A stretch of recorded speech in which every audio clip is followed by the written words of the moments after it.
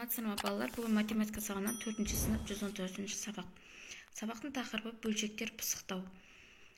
Бірінші тапсырма. Табиғатта су қай жерлерде болатыны туралы мәліметтерді қара. Сандық мәліметтерден теңсіздік құр. Енді бұл жерде өте оңай.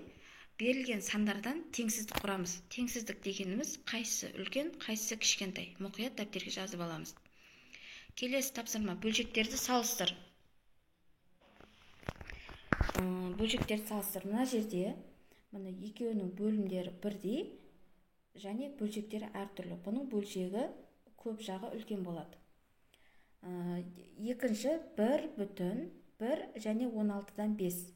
Бұл жерде 16-ны 5-ке бөлсек 1-ден кішкентай сан шығады. Демек бұл жерде 1 үлкен. Бөлшек саннан бүтін сан үлкен болады. Келесісі 2,9-дан 3 және 9-дан 3. Мына жерде 2 бүтін дегеніміз көп болады.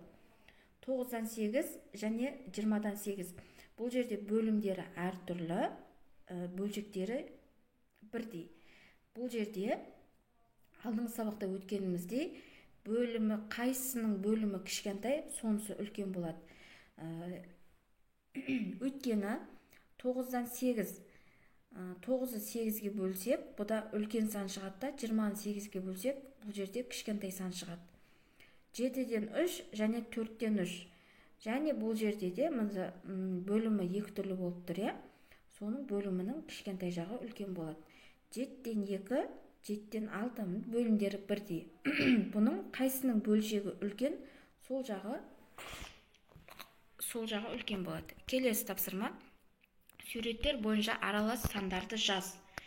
Енді бұл жерде 1,8-ден 2 деп тұр, мына 1,8-ден 2 бөлігі боялған. Мына 1,8-ден 2. Оны қосынды түрінде жазамыз және қайтадан бөлшек түрінде жазамыз.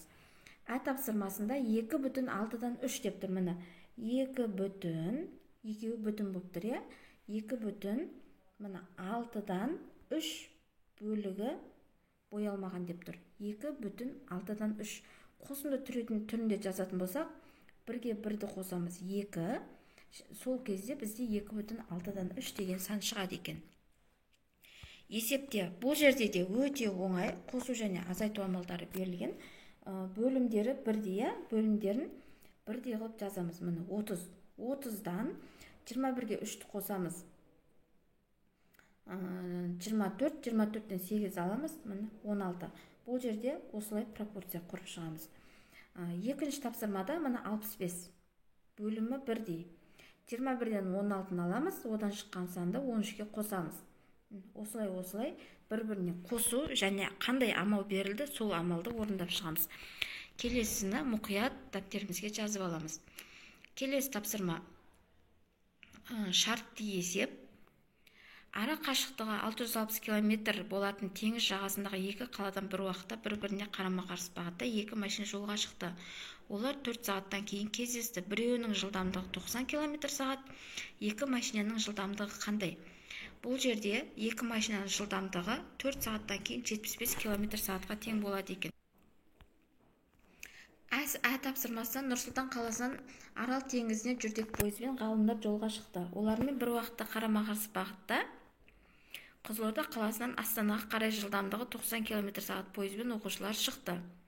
Егер ғалымдар отырған пойыздың жылдамдығы 120 км/сағатына болса, онда пойыздар неше сағаттан кейін кездеседі?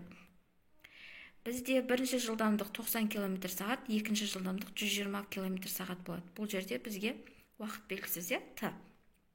Демек, пойыздар 6 сағаттан кейін кездеседі екен, 120 км/сағатпен жүретін болса. Келесі тапсырма. Бұл жерде де есепте дейді.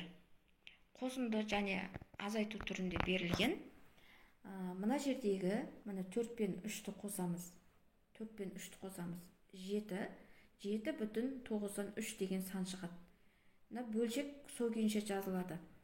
Және 19-дан 17-ні аламыз. Бұл жерде 2,7-ден 3 деген сан шығады. 14-ке қосамыз 14. 14-ке 14-ті қосамыз.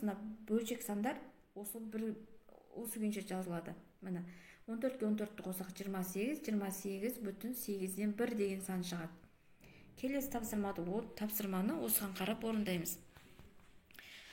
Әлемнің түрлі аймақтарындағы жылдық жауын-шашынның түсу графигіне қара. Сен тұратын аймақтағы жауын-шашын мөлшеріне қайсысы ұқсайды? Бұл жерде бізде 1-ші ай, 2-ші ай, 4-ші ай және 6-ші ай, 8-ші ай, 10-ші ай, 12-ші ай берілген, айлар. Біздің аймақта жауын-шашын өте аз түседі. Демек, бізге тапсырмасы, нұсқасы тура келеді екен. Келесі. Бөлшектердің қосындысын тап. Суретті дәптеріңе сал. Алынған бөліктерді боя. Бұл жерде бізде 16 торкөз берілген. 1, 2, 3, 4, 5, 6, 7, 8, 9, 10, 11, 12, 13, 14, 15, 16. 16-дан 8. 16-дан 8 бөлігін бояуымыз керек. Мысалы, 1, 2, 3, 4, 5, 6, 7, 8. 16-дан 8 бөлігі боялған. 16-дан 8 бөлігі боялған. Келесі, 16-дан 3. 1, 2, 3. 16-дан 3 бөлігі боялды. Келесі, 16-дан 2. 1, 2. 16-дан 2 бөлігі боялды. Енді осылардың қосындысын тап деп тұр. Бізге бөлімдері бірдей, 16-дан 8-ге 3-ті қосамыз 11, 11-ге 2-ні қосамыз 13. Демек, бізде 16-дан 3 деген сан шықты. Келесі тапсырма. Әкесі 35 жаста, ал баласы Арман 10 жаста. Неше жылдан кейін әкесінің жасы Арманнан 2 есе үлкен болады? Мысалы, әкесінің жасы 35-те, Арман 10-да. Келесі 5 жылдан кейін әкесінің жасы 40-та, Арманның жасы 15-те. Бұл жерде бізге 5 саны қосылып тұр, байқасаңыздар. Қосу 5. Және мына жерге 5-ті қосамыз. Қосу 5. Бұл жерде 45 болады, Арманның жасы 20 болады. Тағы 5-ті қосамыз. Әкесінің жасы 50 болады, Арманның жасы 25 болады. Демек, 15 жылдан кейін әкесінің жасы Арманның жасынан 2 есе үлкен болады екен. Келесі, теңдеулерді шеш. Бұл жерде белгісіз сан x және y сандар берілген, бөлшектердің теңдеу түрі берілген. Осыны мұқият дәптерімізге жазып аламыз. Бүгінгі сабақ балалар осымен аяқталды. Каналға тіркеліп колокольчикті басып қойыңыз. Колокольчикті бассаңыз, менің бірінші шыққан сабағым сізге көрініп тұрады.